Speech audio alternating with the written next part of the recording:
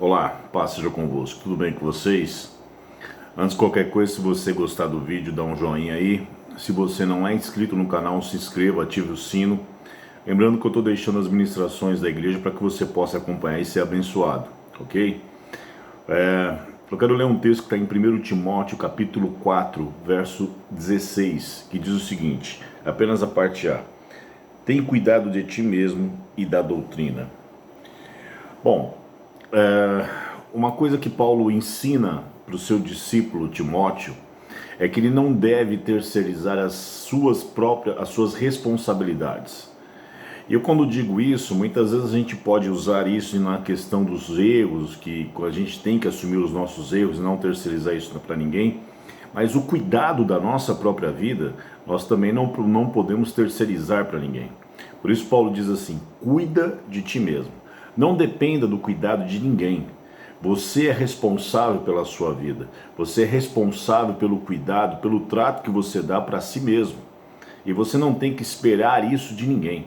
Você tem que, antes de tudo, cuidar de si mesmo.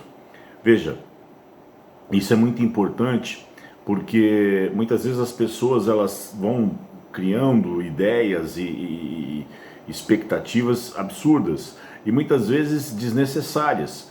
Por quê? Porque a gente trabalha num tempo, nós estamos num momento da vida, da humanidade, que as pessoas estão muito preocupadas com imagem, em aparentar ser. E elas muitas vezes esperam a aprovação humana, o que é totalmente errado. Não é isso que Deus quer de nós, não foi para isso que Deus nos criou.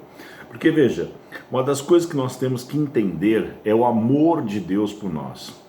Muitas vezes as pessoas não nos aceitam como nós somos. Temos os nossos erros e temos as nossas qualidades. Mas só que muitas vezes os nossos erros e defeitos são mais vistos do que as nossas qualidades. Então, Deus, ele é muito diferente do ser humano. Ele nos ama como nós somos. E ele não determina que a gente mude de situação ou mude de comportamento para que ele passe a nos amar. O amor dele é incondicional. Então, quando nós entendemos o amor de Deus, nós não dependemos do amor de mais ninguém. E como eu sempre digo, Deus não nos fez para ser parasita de ninguém. Você não pode dizer assim, eu não vivo sem fulano, sem beltrano, sem ciclano. Você depende de Deus para viver. Ele que te deu a vida, Ele que te dá o ar para respirar. Então, foi Cristo que morreu por você, não foi nenhum ser humano, então você não depende de ninguém para viver. Quando eu entendo isso, eu começo a me enxergar da forma correta. Eu começo a me ver da forma com que Deus me vê. Muitas vezes nós fomos moldados em função de críticas, erros que cometeram conosco, palavras, muitas vezes até palavras de maldição contra a nossa vida, e nós vamos pautando a nossa vida em função daquilo que os outros tentam determinar para nós. Mas quando nós conseguimos entender o amor de Deus por nós, nós começamos a nos enxergar como Deus nos enxerga. Porque Deus, muitas vezes, ele crê muito mais em nós do que nós mesmos. Porque Deus, ele consegue enxergar em nós as possibilidades do que podemos ser. Não simplesmente aquilo que somos naquele momento. Porque Deus, ele sempre vai nos direcionar para frente, para um progresso. Então, quando eu entendo o amor de Deus, eu começo a me enxergar de outra forma. Automaticamente, eu não dependo da aprovação de ninguém.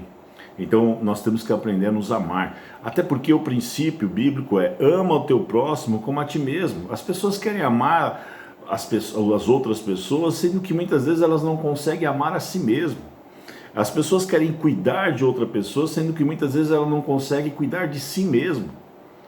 Então, é um princípio que Deus estabeleceu para nós. Inclusive Cristo disse assim, um novo mandamento vos dou, que vos amei como eu vos amei. Então, Cristo, ele nos amou de tal forma que ele não esperou ser amado. Ele morreu há 2000 anos e não veio perguntar para nenhum de nós se nós o amaríamos caso ele se entregasse na cruz. Ele simplesmente nos amou. E isso traz para nós uma perspectiva muito importante, porque quando você ama, como Cristo ama, você não cria expectativa em relação a ninguém. Muitas vezes as pessoas falam assim, ai, fulano me frustrou, Beltrano, Ciclano, eu estou chateado, mas muitas dessas vezes é porque você projetou no outro expectativas que nem mesmo ele prometeu para você. E aí quando ele não consegue responder às suas expectativas, aí você se frustra e se chateia com a pessoa. Mas é que talvez você simplesmente se enganou.